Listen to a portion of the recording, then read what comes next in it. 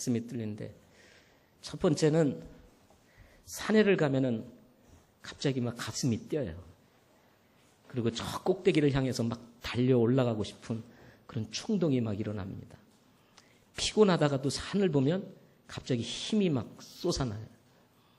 그런데 이제 나이가 드니까 산을 보면 이제는 못 가는구나. 그래서 거의 이제는 그런 뛰는 감정이 좀 사라지고 있습니다. 네. 그런데 또 하나를 보면은 가슴이 뛰는데, 이게 우리 청소년, 청년들을 보면 가슴이 뜁니다. 특별히 캠퍼스에 가게 되면 가슴이 뜁니다. 이 수많은 젊은이들을 바라보면서 갑자기 내가 젊어진 것 같은 느낌이 들고, 저들과 함께 호흡하면서 젊음을 되찾고, 그리고 복음을 전해서 좀 구원받고 주님을 섬기는 우리 젊은이들을 보면 정말 흥분이 되고 감사가 되고 기쁨이 됩니다. 그래서 저는 늘 그런 생각이, 목회보다는 캠퍼스 사역이 훨씬 좋다. 늘 이런 마음을 가지고 있습니다. 그래서 제가 목회를 만약에 이제 그만두고 은퇴를 하면 내가 돌아갈 곳은 캠퍼스다. 늘 이렇게 생각하거든요. 우리 캠퍼스의 학생들이 안 받아주겠지만 웬 할아버지가 왔나 뭐 이래가지고 노인이 왔나 안 받아주겠지. 제 마음은 항상 그런 마음을 가지고 살아갑니다. 오늘은 청소년 청년주일입니다. 하나님께서 여러분들 축복하시기를 원하고 여러분들의 젊음을 하나님께서 복 주시기를 소망합니다. 오늘 청소년 청년주일을 맞이해서 우리 들을 하나님의 말씀은 누가복음 7장 11절부터 18절에 있는 말씀입니다. 누가복음 7장 11절부터 18절에 있는 말씀.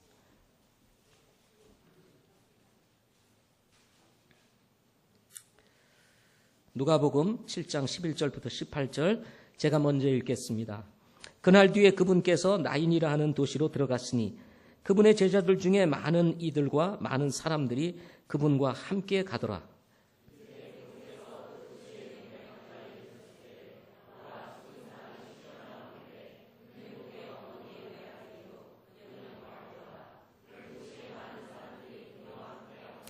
주께서 그녀를 보시고 그녀를 불쌍히 여기사 그녀에게 울지 말라 하시고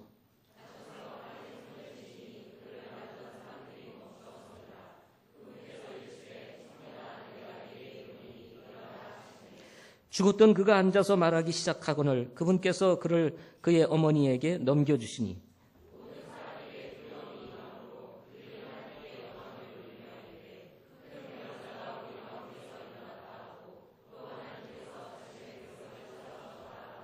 그분에 대한 이 소문이 온 유대와 그 주변의 온 지역에 두루 퍼지매 요한의 제자들이 이 모든 일을 그에게 알리리라. 아멘. 기도하겠습니다.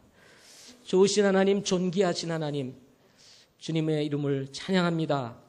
오늘 청소년 청년주의를 맞이해서 저희들이 오늘 특별한 예배를 드립니다.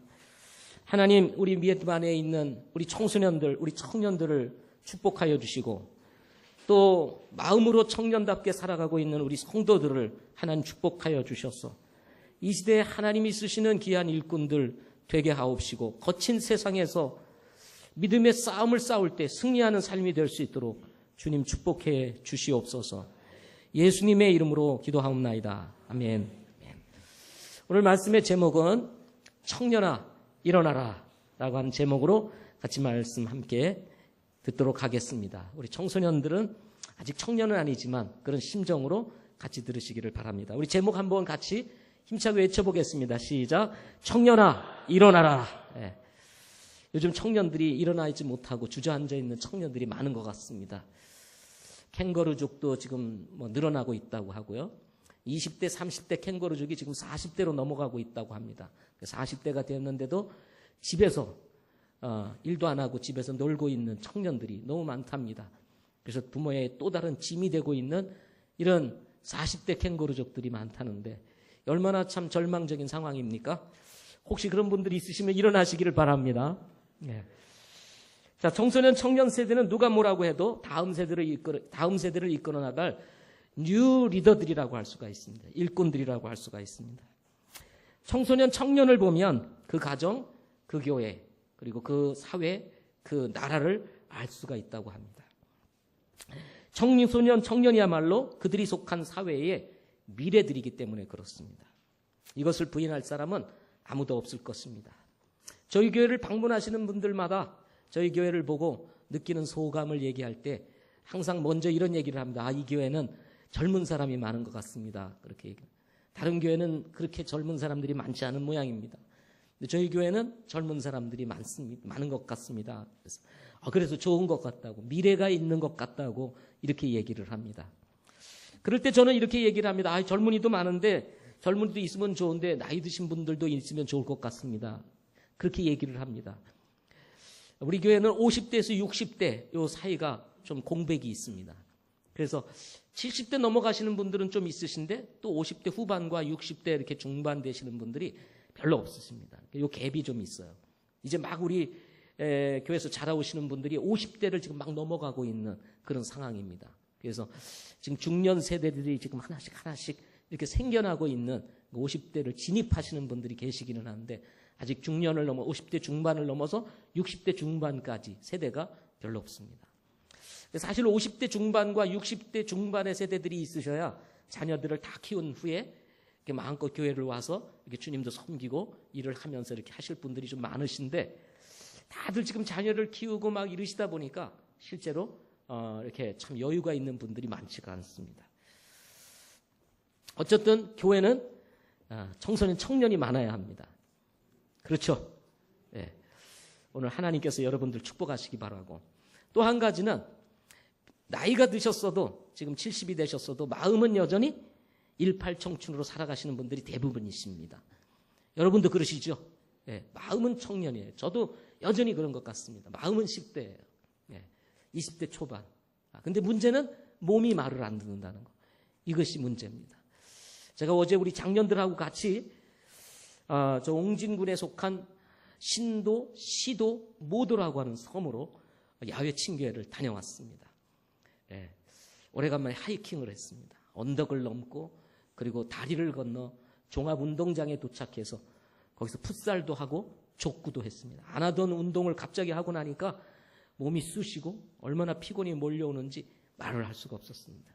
더군다나 늘 이 건물 안에만 갇혀 있다가 오래간만에 햇빛이 내려쬐는 이런 참 운동장에서 막 운동을 하니까 이 몸이 막 빛을, 에너지를 막 흡수하느라고 얼굴이 시뻘개졌습니다. 빨개졌죠? 그죠? 그래서 붉은 원숭이가 되고 말았습니다. 붉은 원숭이가 되고 말았습니다.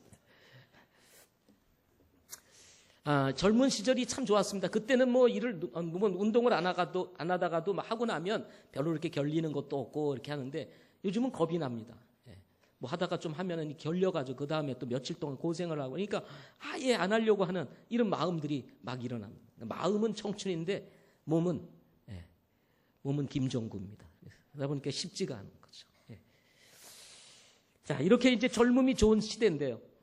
우리 젊은 때에 많은 사람들이 넘어져 있거나 쓰러져 있는 경우가 많습니다.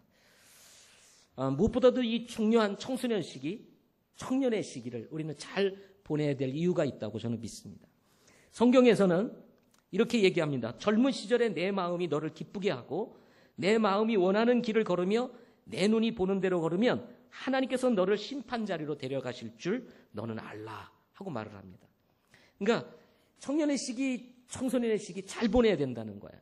우리가 원하는 대로, 우리가 기뻐하는 대로 살다가는 어느 날 심판주이신 하나님 앞에 서는 때에는 무서운 심판이 우리에게 임한다는 것입니다. 그래서 이렇게 얘기합니다. 너는 알라. 알아야 된다는 거죠. 이거 모르고 헛되이 인생을 살다가 생각 없이 인생을 살다가 여러분 젊음 끝나게 되고 인생이 꺾이게 되면 그 다음에 후회해도 소용이 없는 것입니다. 따라서 전도서 11장 1절 말씀에 보면 내 젊은 시절에 내 창조자를 기억하라 하고 말씀을 하고 있습니다. 젊은 시절에 누구를 기억하라고요? 창조자를 기억하라. 오늘 이렇게 청소년들이 찬양을 부르며 하나님을 노래한 것처럼 우리 청년들이 주님을 노래한 것처럼 그 가사의 주인공 대신 그 노래의 주인공 대신 하나님을 여러분 꼭 기억하시기를 바랍니다. 젊은 시절이야말로 변수가 많은 시기입니다. 청소년들에게는 사춘기라는 것이 있습니다. 어디로 튈지 모르는 럭비공과 같은 시기, 이게 사춘기라고 할 수가 있습니다. 14살에서 15살 사이 가장 무서운 세대라고 하잖아요. 북한이 쳐들어오지 못하는 것은 우리나라에 중학교 1학년, 2학년이 있기 때문이다. 이렇게 말할 정도로 아주 무섭습니다. 무슨 일을 할지 모르는 그런 시기라고 말할 수가 있습니다.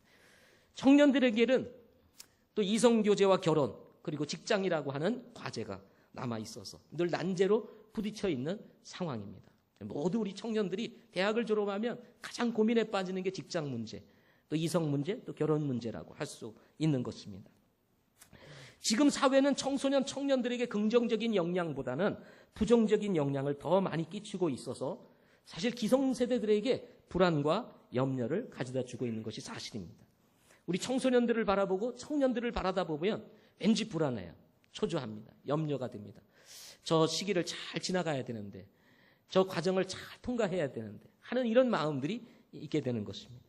기준 없는 교육 현장, 그릇된 교사들의 무분별한 사상교육, 대학 진학을 위한 입시교육, 기준 없는 가정교육, IT 강국에 IT에 중독된 우리 청소년들, 청년들, 멈추지 않는 이혼율의 증가, 무너지는 도덕과 윤리관, 통제의 힘을 잃어버린 사회법, 직장을 잡기 어려운 현실 등등 총체적으로 이 사회가 문제를 가지고 있기 때문에 그렇습니다. 오늘 말씀은 한 청년이 죽었다가 살아난 이야기로 되어 있습니다. 꽃다운 나이의 죽음으로 기대와 희망이 꺾이었다가 예수님께서 살리시는 사건을 통해서 오늘 우리 청소년들이 경험하고 있는 시대적인 상황과 대안이 무엇인지를 함께 찾아보고자 합니다. 미래를 열어가야 하는 과제를 안고 달려가고 있는 오늘의 우리 청년들에게 오늘 말씀이 우리에게 주는 메시지가 과연 무엇일까요? 첫째는 젊음을 꺾는 이 사회를 너무 기대하지 말아라 하는 것입니다. 젊음을 꺾는 이 사회를 어떻게 하지 말라고요? 너무 기대하지 마라 하는 것입니다. 11절과 12절 말씀입니다. 한번 다시 읽어보겠습니다. 11절, 12절 같이 읽어보겠습니다. 시작. 그날 뒤에 그분께서 나인이라는 도시로 들어가시니 그분의 제자들 중에 많은 이들과 많은 사람들이 그분과 함께 가더라. 이제 그분께서 그 도시의 문에 가까이 이르셨을 때에 보라 죽은 사람이 실려 나오는데 그는 그의 어머니의 외아들이요 그녀는 과부더라. 그 도시에 많은 사람들이 그녀와 함께 하거늘 이라고 말씀하고 있습니다. 오늘 말씀은 예수님께서 나인이라고 하는 도시에 들어가면서 이야기가 시작이 됩니다. 이 나인이라고 하는 도시의 이름은 즐거움 또는 기쁨이라고 하는 뜻을 가지고 있습니다. 즐겁고 기쁨이 가득해야 할 도시에 가장 큰 슬픔이 임하여 있는 것을 오늘 말씀을 통해서 보게 되는 것입니다. 사람이 죽었기 때문입니다. 죽음은 사람을 두려움에 빠뜨리는 가장 무서운 적이라고 할 수가 있습니다. 또 죽음은 인간이 경험할 수 있는 최고의 슬픔이라고 할 수가 있습니다. 죽음만큼 인간에게 큰 슬픔을 던져줄 수 있는 것이 무엇이겠습니까? 우리의 삶에서 가장 크게 다가오는 슬픔은 바로 죽음인 것입니다. 셸리 케이컨 예일대 교수는 죽음이란 무엇인가 라고 하는 질문에서 죽음은 우리의 육체가 더 이상 기능하지 못하는 것이라고 이렇게 정의를 내렸습니다. 셀리 교수는 죽음이 무엇인가 라고 하는 질문에 답을 말하기 전에 사람은 무엇인가에 대한 질문에 대해서 말해야 한다면서 인간은 기계보다 더 복잡한 기계일 뿐이다 라고 얘기를 합니다. 그래서 인간을 단순히 기계에 비유를 합니다. 그래서 셀리 교수는 이렇게 얘기합니다. 인간에게는 영혼이 없다. 인간엔 뭐가 없다요? 영혼이 없다. 사람은 단지 육체일 뿐 그 이상이나 그 이하도 아니다. 사람들이 영혼이 있다고 믿는 것은 그것이 사실이 아니어도 사실이라고 믿고 싶어 하기 때문이다. 왜냐하면 죽음이 끝이 아니길 바라기 때문이다. 하지만 죽음은 끝이다 하고 셸리 교수는 얘기를 했습니다. 나이는 이렇게 셸리 교수가 주장하는 것처럼 죽음이 끝이라고 믿는 사람들이 모여 사는 도시였을 것입니다. 따라서 한 청년의 죽음으로 인해서 즐거움과 기쁨으로 가득 차야 할 이 도시에 엄청난 슬픔과 그리고 어두움이 임하게 되었던 것입니다. 확실한 것은 나인에서는 이 젊은 청년만의 죽음이 아니라 이 도시에 살고 있던 사람들이 그동안 한 사람씩 죽어왔다는 사실인 것입니다. 우리가 알고 있는 사실과 같이 죽음은 순서가 없을 뿐만 아니라 죽음은 모든 사람들에게 찾아오기 때문인 것입니다. 쉽게 말하면 이 나인이라고 하는 도시는 기대할 수 있는 것이 아무것도 없는 도시였다는 얘기인 것입니다. 이야기를 이어가면 오늘 죽은 사람이 청년이라고 소개를 하고 있습니다. 청년은 한 가정과 그 사회의 미래이며 동시에 희망이고 기대라고 할 수가 있습니다. 그런데 청년이 죽었으니 그 가정과 사회, 그야말로 미래와 희망이 꺾였다고 볼 수가 있는 것입니다. 성경은 이 청년이 어떤 이유로 죽었는지에 대해서는 설명하고 있지 않습니다. 저는 왜 이 청년의 죽음에 대한 이유를 설명하고 있지 않을까를 생각해 보았습니다. 그랬더니 답이 간단했습니다. 그것은 뭐냐면 죽음이라고 하는 것은 이유를 말해야 될 이유가 없기 때문이라는 것입니다. 병이든 사고이든 자살이든 전쟁이든 원한에 의한 타살이든 죽음은 되돌릴 수 있는 것이 아니기 때문인 것입니다. 죽은 사람 앞에서 이유가 무슨 의미가 있겠습니까? 왜 이 사람이 죽었는지 말해봐라. 그런 이유가 무슨 소용이 있겠습니까? 사람이 이미 죽었는데. 제가 광명 메모리얼 파크에 이런 장례가 있을 때 가보게 됩니다. 가보게 되면은 한번 쭉 이 납골당이 이렇게 모셔져 있는 곳을 돌아보게 됩니다. 근데 그곳에 가게 되면 우리의 상식과는 다르게 나이 드신 분들이, 어른들이 많이 세상을 떠났을 것이라고 이렇게 생각을 해보지만 직접 가서 보게 되면 이 살아있어야 될 젊은 분들이 세상을 많이 떠나 있는 것을 보게 됩니다. 나이 드신 분들만 돌아가시는 게 아니에요. 아직도 건강해야 살아있어야 할 젊은 분들이 어떤 이유에서인지 알 수는 없지만 이미 세상을 등져 있는 것을 보게 된다는 것입니다. 또 한 가지 사실은 그들 모두가 말이 없다는 것입니다.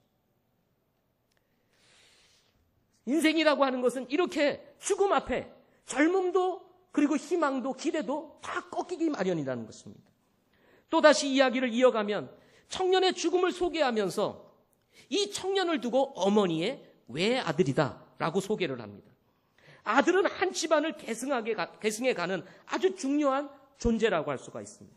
외아들이 세상을 떠나면 적어도 그 아버지와 어머니의 가게는 멈추게 되는 것입니다. 대를 이어갈 수가 없게 되는 것입니다. 과거 아들을 중요하게 여긴 이유가 어디에 있습니까? 대를 이을 수 있다는 사실 때문이 아니었습니까? 그런데 그만 어머니의 외아들이 죽은 것입니다. 죽은 젊은이는 말이 없지만 살아계시는 어머니에게는 얼마나 큰 슬픔이었겠습니까? 외아들이 세상을 떠난 것입니다. 세상을. 더군다나 성경은 그 어머니를 두고 이렇게 소개합니다. 과부였다고 소개를 합니다. 아버지 없이 길러온 아들. 어머니가 홀로 이 외아들을 길러오면서 얼마나 기대하고 바라보며 그리고 고생하며 길렀겠습니까? 그런데 그만 이 아들이 세상을 떠난 것입니다. 우리는 종종 하나님의 사랑을 말할 때 요한복음 3장 16절을 이야기합니다. 하나님이 세상을 이처럼 사랑하사 독생자를 주셨으니.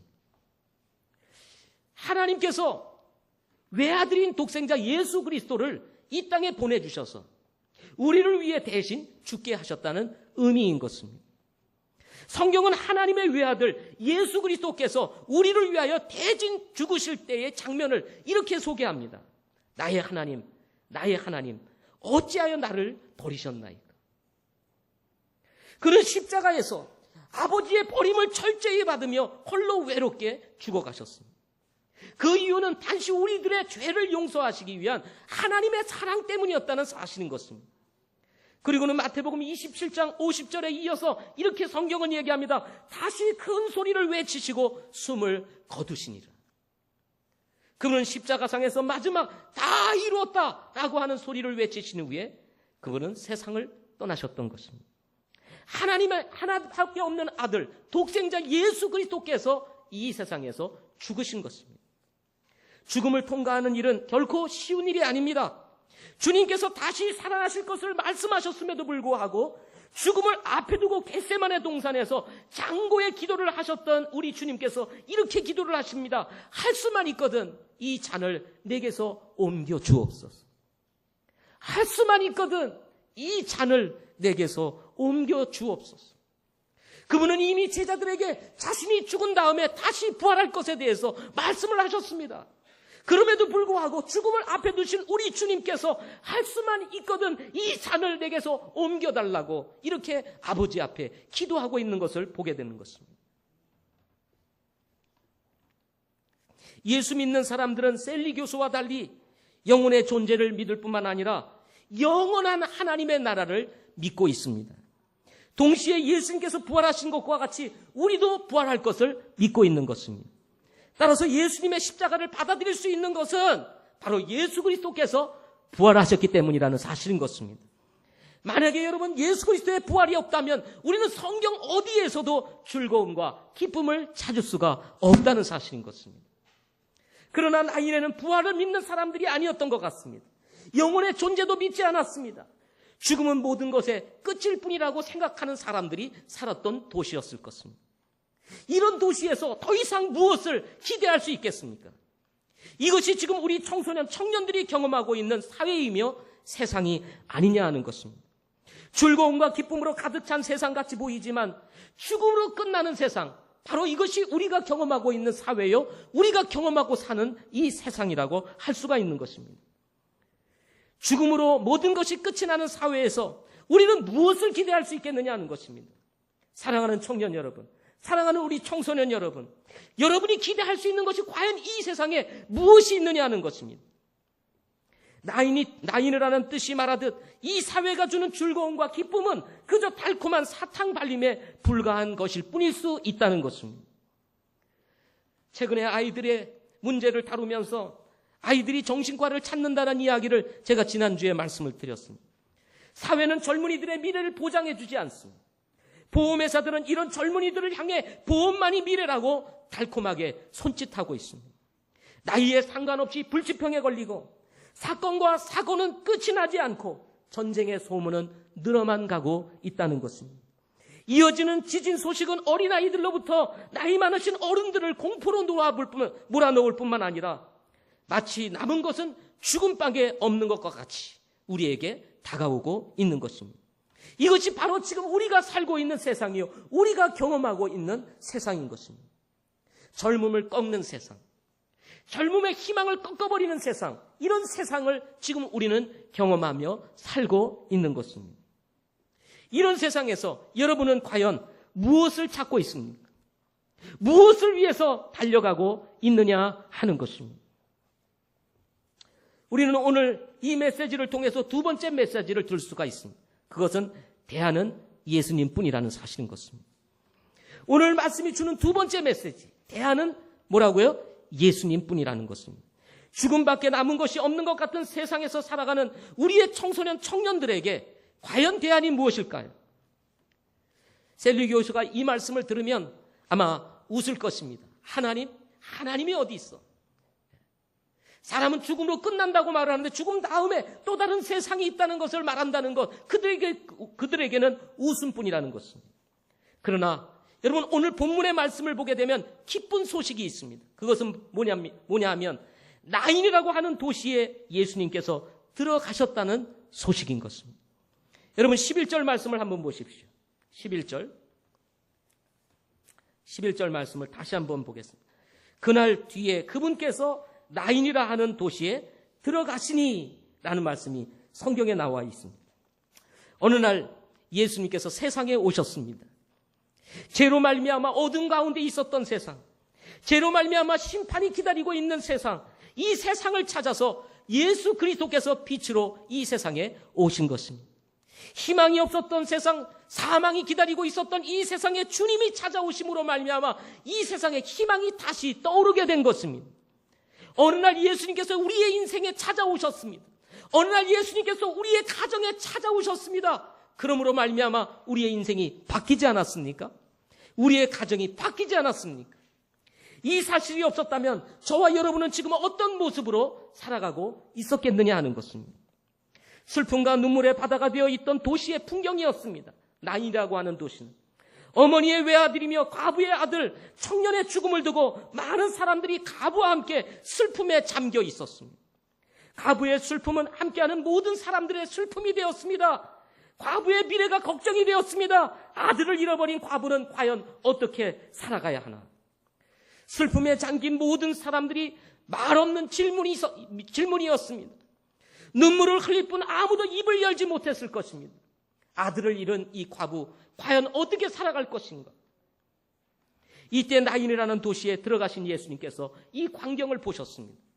슬픔에 잠긴 광경, 더 이상 기대할 것도 바라볼 것도 없는 이 세상, 예수님조차도 눈에 보이지 않는 풍경이었습니다. 슬픔이 예수님의 존재를 이미 압도하고 있었습니다. 주님께서 스스로 액션을 취하지 않으시면 그대로 끝나야 하는 슬픈 광경이었습니다. 이때 예수님께서 조용히 다가가 말씀하십니다. 울지 말라. 뭐라고요? 울지 말라. 울지 말라. 모든 사람이 슬픔에 잠겨 있을 때 예수님은 그들을 향해 다가와 말씀하십니다. 울지 말라. 울지 말라. 아무도 할 수 없는 말입니다. 누구도 책임질 수 없는 말인 것입니다. 잘못하면 몰매 맞을 일입니다. 불난 집에 부채질을 하는 격이기 때문에 그렇습니다. 잘못하면 장난이 될 수 있기 때문인 것입니다. 그러나 그분은 우리와 다른 분이셨습니다. 그분은 하나님이셨습니다. 마태복음 28장 18절에 의하면 그분은 하늘과 땅의 모든 권능을 가지고 계시는 분이셨다라고 말을 합니다. 마태복음 16장에서는 지옥의 문도 이기지 못하는 분이시라고 말씀하십니다. 요한복음에서는 말씀이 육신이 되신 하나님이라고 말씀하고 계시는 것입니다. 그분이 다가오셔서 관에 손을 대시니 관을 나르던 사람들이 멈추어 섰다고 성경은 얘기합니다. 그리고 이어서 말씀하십니다. 청년아, 내가 네게 이르노니 일어나라 하고 말씀하십니다. 청년아, 내가 네게 이르노니 어떻게 하라고요? 일어나라, 일어나라. 예수님의 입에서 말씀이 나갔습니다. 예수님의 입에서 말씀이 떨어졌습니다. 그 말씀은 살아있는 하나님의 말씀이요, 권능의 말씀이었던 것입니다. 그 다음에 이렇게 성경은 기록합니다. 죽었던 그가 앉아서 말하기 시작하거늘. 죽었던 그가 앉아서 말하기 시작하거늘. 사랑하는 청소년 청년 여러분, 여러분의 젊음을 꺾어버리는 세상에서 우리가 기대할 수 있는 것은 어디에 있겠습니까? 여러분, 스티브 잡스와 같은 그런 사람이 되는 것이겠습니까? 아니면 이건희와 같은 사람이 되는 것이겠습니까? 아니면 일본에서 성공한 손정희와 같은 그런 사람이 되는 것이겠습니까? 꺾인 젊음을 다시 세울 수 있는 분은 여러분 물질도 아니고 부도 아니고 권력도 아닙니다. 오직 예수님이시라는 것입니다. 수많은 젊은이들이 예수님을 만남으로 인생을 되찾았습니다. 젊음을 되찾았습니다. 수많은 젊은이들이 자신의 젊음을 잃어버린 채 상실한 가운데 살아가고 있는 것을 우리는 주변에서 보지 않습니다. 많은 젊은이들이 게임에 중독되어 있습니다.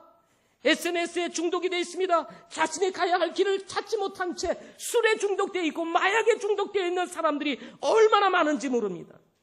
그러나 그런 젊은이들 가운데 누군가 예수님을 만나는 순간 그 인생이 바뀌고 삶이 바뀌게 되는 것입니다. 여기에 있는 우리 청소년들, 우리 청년들, 여러분 안에 예수 그리스도가 있다면 꺾인 여러분의 젊음이 회복이 되었다는 사실을 우리는 기억해야 하는 것입니다. 포기할 수밖에 없었던 인생입니다. 그런 인생이 예수님을 만남으로 새로운 삶을 살게 되었다는 것입니다.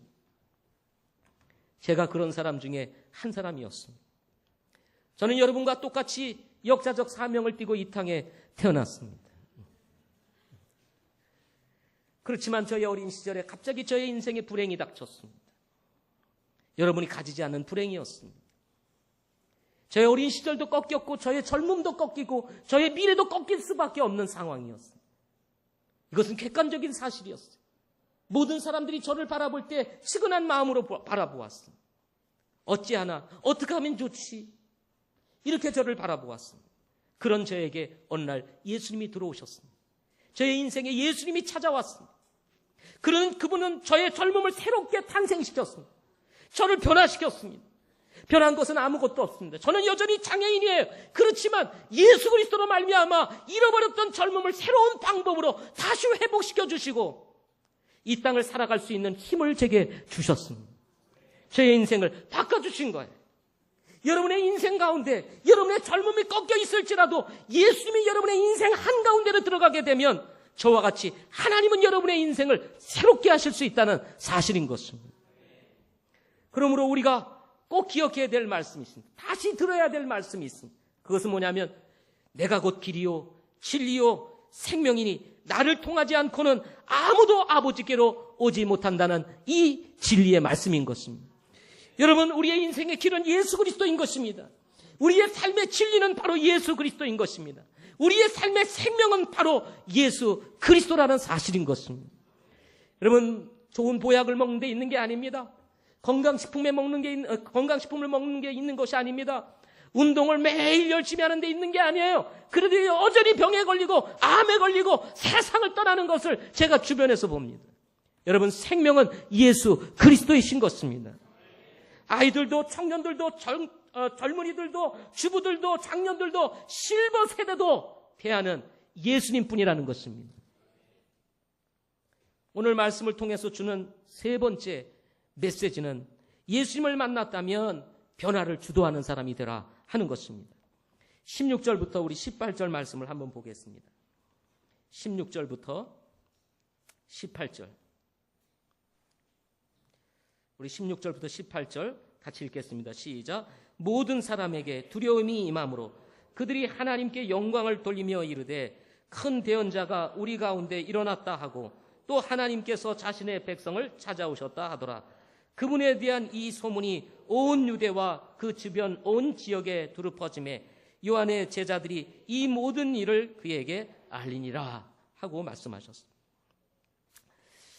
주님의 은혜로 죽었다가 살아난 청년으로 인해 나이나란 도시와 주변 도시는 엄청난 변화의 바람이 일기를 시작했습니다. 예수님이 오셨다는 것입니다. 하나님께서 자기 백성을 찾아오셨다고 사람들이 고백하기 시작했습니다. 죽은 사람이 살아나는 것을 보면서 사람이 두려움에 빠짐과 동시에 하나님께 영광을 돌리기를 시작하였습니다. 죽은 청년이 살아났다는 이 소식은 온 유대와 그 주변 온 지역까지 두루 퍼져나갔다고 성경은 기록하고 있습니다. 죽었던 한 청년이 살아남으로 꺾였던 한 젊음이 회복되는 순간 주변 사회가 변화되었던 것입니다.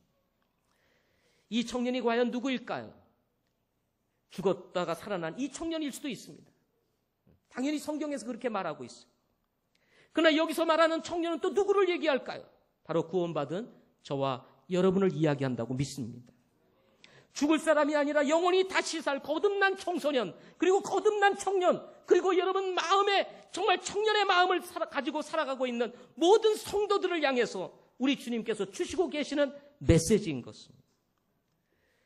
따라서 저는 우리 모든 성도들에게, 우리 청소년들에게, 그리고 청년들에게 도전하고 싶습니다.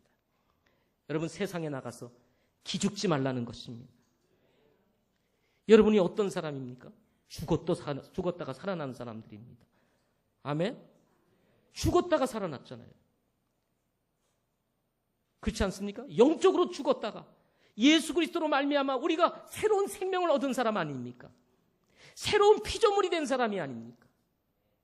다시 죽은들, 그 죽음이 우리의 생명을 위협할 수 없다는 사실을 누구보다 잘 아는 사람들 아닙니까? 죽음이 두렵지 않는 유일한 사람들, 그 사람들이 누구겠습니까? 거듭난 성도들 아니겠습니까? 따라서 여러분, 우리가 이 거친 세상에 나가서 하나님을 믿지 아니하고 죽음으로 모든 것이 끝이 난다고 하는 이 세상에 나가서 기죽지 말고 담대하게 사시기를 바랍니다. 고린도후서 4장 13절에 말씀하시기를 바울이 이렇게 말합니다. 고린도 교회 성도들을 향해서 내가 믿음으로 말하였노라 하고 얘기를 합니다. 내가 믿음으로 말하였노라. 그리고 이어서 얘기합니다. 우리도 믿음으로 또한 말하노라. 우리도 믿음으로 또한 뭘 한다고요? 말하노라. 여러분, 예수님이 우리를 위해서 이 땅에 오셨고 그분이 내 삶에 찾아오셔서 여러분 영적으로 죽었던 우리를 살려주셨습니다. 이 세상이 끝이라고 생각하며 살았던 우리에게 영원한 나라가 있다는 사실도 알게 해주시고 하나님이 눈에 보이지는 아니하지만 분명히 존재하시는 분이라는 사실을 우리로 하여금 알게 하셨습니다. 이것을 우리는 믿고 있는 것입니다. 그분이 우리의 인생을 바꾼 것을 믿고 있는 거예요. 우리가 거듭난 것을 믿고 있는 것입니다. 우리는 다시 부활할 것을 믿고 있는 거예요.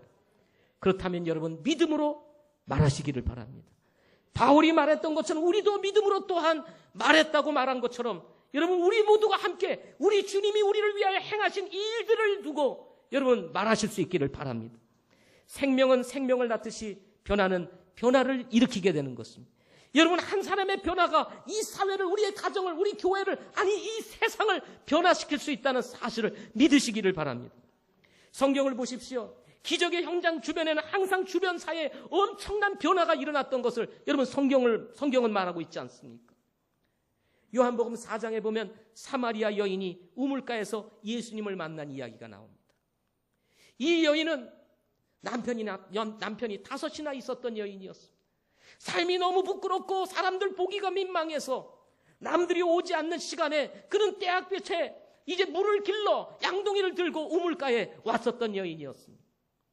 아무도 없는 우물가에 그는 홀로 물을 길르기 위하여 여기 우물가에 왔던 것입니다. 그런데 거기서 전격적으로 예수님을 만납니다. 그리고 그 예수 그리스도가 자신들이 기다리고 있는 메시아라는 사실을 이 여인이 알게 됩니다. 그리고 구원을 받습니다. 그러자 이 메시아를 만나는 순간 이 여인이 변화가 됩니다. 삶이 바뀌게 됩니다. 생각이 바뀌게 돼요. 그래서 여러분 양동이를 두고 어디로 뛰어갑니까? 마을로 뛰어갑니다. 그리고는 그 많은 사람들을 향하여 내가 메시아를 만났다고 외칩니다. 사람들이 부끄러워서 사람들이 보기가 민망해서 이제 정말 아무도 없는 시간에 물을 길러왔던 이 여인이 사람이 모여 사는 저 마을로 들어가서 내가 메시아를 만났다. 사람들이 신기해합니다. 아니 저 여인이 갑자기 미쳤나? 갑자기 이런 일들이 일어나는 변화를 바라보면서 사람들이 이제 몰려 나옵니다. 마을이 변합니다. 동네가 바뀌고 도시가 변하는 역사가 일어나게 되는 것입니다. 바울이 예수님을 만난 후 어떤 변화가 일어났습니까? 바리새인들뿐만 아니라 서기관 그리고 유대 사회에 나아가서 아시아에 놀라운 변화가 일어나지 않습니까? 바울이 가는 곳마다 복음이 전해지고 그곳에 교회가 세워지면서 수많은 지역에 놀라운 변화들이 일어나기를 시작했습니다. 한 사람의 변화가 로마까지 변화시키는 위대한 역사를 이루지 않습니까? 여러분 우리는 거듭난 그리스도인들입니다. 젊은 그리스도인들이에요. 살아있는 그리스도인들인 것입니다. 세상에 나가서 기죽지 말고 세상의 영향을 받지 말고 오히려 세상을 변화시키는 변화의 주도자들이 되실 수 있기를 바랍니다. 제가 어제 신문을 잠시 보니까 어떤 사람이 책을 내면서 이렇게 얘기를 했더라고요. 더 행복해지려면 2가지를 버리래요. 책 내용이 그겁니다. 더 행복해지려면 버려야 될 것 2가지가 있다. 하나는 매일. 뭐를 버리라고요? 매일을 버리래요. 매일. 매일 하는 거 있죠 여러분. 매일. 매일을 버리래요. 매일 이 매일 확인하느라고 사람들이 행복을 잃어버린답니다. 2번째 SNS를 버리라는 거야. 까똑. 이거 보통 스트레스가 아닙니다. 그걸 즐기는 겁니다. 그러다 보니까 행복을 잃어버리고 산다는 거예요. 여기에 빠져서. 행복은 카톡에 있는 것이 아니고 문자에 있는 것이 아니고 관계에 있는데 너무 여기에 빠져 있다는 거예요. 그래서 더 행복하기를 원한다면 메일과 SNS를 버려라 하고 얘기를 해요. 우리도 모르는 사이에 우리의 청소년들, 우리의 젊은이들이 세속화되어져 가고 있습니다. 세속화되어져 가는 것이 아니라 이제는 오히려 세속화되는 우리의 삶뿐만 아니라 이 세상을 변화시킬 수 있는 거룩한 청년들이 될 수 있기를 바랍니다. 순결한 청년들이 될 수 있기를 바랍니다. 저는 우리 교회 청소년들과 청년들을 바라볼 때 감사합니다. 사실은 제가 다른 교회를 이렇게 다녀봐도 우리 청년들처럼 순수한 청년들이 없는 것 같아요. 마음에 들어요. 사실 마음에 듭니다. 물론 100% 만족하겠어요? 우리 80대 부모님들이 60대 자녀를 두고 항상 염려가 된다잖아요. 그렇잖아요? 어떻게 다 만족을 할 수 있겠습니까? 그러나 제가 보면 우리 교회 청년들을 보게 되면은 그래도 괜찮다 이런 생각을 가질 때가 있어요. 그래도 덜 세속화되고 그래도 순종하려고 하고 애를 쓰려고 하는 그런 모습을 우리 청년들에게서 찾아볼 수 있기 때문에 그렇습니다. 우리 청소년들에게는 좀 불안감이 더 큽니다. 청년들은 그래도 좀 안정감이 있는데 청소년들은 좀 덜한 것 같습니다. 아직도 여전히 세상이 좋아서 나인이라고 하는 성이 즐거움과 기쁨을 제공한다고 그 성에 빠져서 살아가고 있는 이런 사람들과 같이 그렇게 살아가고 있는 청소년이 되는 것 같은 느낌을 받을 때가 있어서 염려와 걱정이 됩니다. 그러나 오늘 말씀을 붙잡고 여러분이 일어날 수 있기를 바랍니다. 여러분, 세상이 줄 수 있는 게 아무것도 없어요. 그런 달콤한 그냥 쾌락에 불과한 것입니다. 일시적인 만족에 불과한 거예요. 우리 청소년들 깨어있기를 바랍니다. 아멘. 그리고 여러분의 사회를 바꿀 수 있는 그런 믿음을 가진 우리 학생들이 되시기를 바랍니다. 사도행전 1장 8절에 이렇게 말씀을 했습니다. 오직 성령님께서 너희에게 임하신 뒤에 너희가 권능을 받고 예루살렘과 온 유대와 사마리아에서 그리고 땅 맨 끝 지역까지 이르러 나를 위한 증인이 되리라 한 말씀이 있습니다. 이 말씀을 통해서 우리가 주목해야 될 내용이 있습니다. 그것은 뭐냐면 성령이 너희에게 임하시면 너희가 권능을 받는다고 그랬습니다. 성령의 권능, 하나님의 권능, 이것은 우리가 생각하는 것보다 훨씬 위대하고 큰 권능인 것입니다. 이 성령의 권능이 예수 믿고 거듭난 성도들에게 모두 주어졌다는 것입니다. 단지 이 권능이 어떤 권능인지를 알지 못한 채 우리는 이것을 꼭 보자기에 싸놓고 지금 저 어딘가에 지금 감춰놓고 있는 것과 같다는 것입니다. 감춰놓고 있는 이 성령의 권능을 우리는 다시 드러낼 필요가 있습니다. 우리의 삶 가운데, 우리 주변 이웃 가운데, 그리고 우리의 삶 가운데 다시 드러내서 성령이 우리 가운데서 역사할 수 있도록 우리는 나타내 보여야 한다는 거예요. 하나님이 얼마나 권능이 있고 하나님이 얼마나 능력이 있는지 우리 삶을 통해서 증명해내야 된다는 것입니다. 이 세상보다도, 이 거친 세상보다도, 이 세상의 문화보다도 훨씬 권능이 있는 것이 무엇입니까? 성령의 권능인 것입니다. 이 성령의 권능이 저와 여러분의 마음속에 있다는 것입니다. 우리 안에 있다는 거예요. 따라서 하나님은 우리에게 이 세상을 변화시키며 이 세상의 변화를 주도할 수 있는 능력을 이미 우리에게 주셨다는 것입니다. 그러므로 여러분, 주님을 붙잡고 일어나실 수 있기를 바랍니다. 이 세상의 여러 가지 환경과 상황들을 놓고 절망하고 좌절하고 실패의 이 감정에 쌓여있지 마시고 주님의 권능을 붙잡고 일어나셔서 여러분, 세상을 변화시키는 변화의 주인공들이 되시기를 바랍니다. 오직 성령이 너희에게 임하시면 너희가 권능을 받는다고 주님이 말씀하셨기 때문에 그렇습니다. 청소년 청년 주일에 사랑하는 청년 여러분, 일어나시기를 바랍니다. 아멘. 자신감 상실, 그리고 여러분 미래에 대한 불투명, 이런 것 때문에 여러분 마음이 어둡습니까? 세상을 바라보면 기뻐할 것이 없어요. 그러나 주님을 바라보시기를 바랍니다. 그분이 여러분을 일으키실 것입니다. 기도하겠습니다.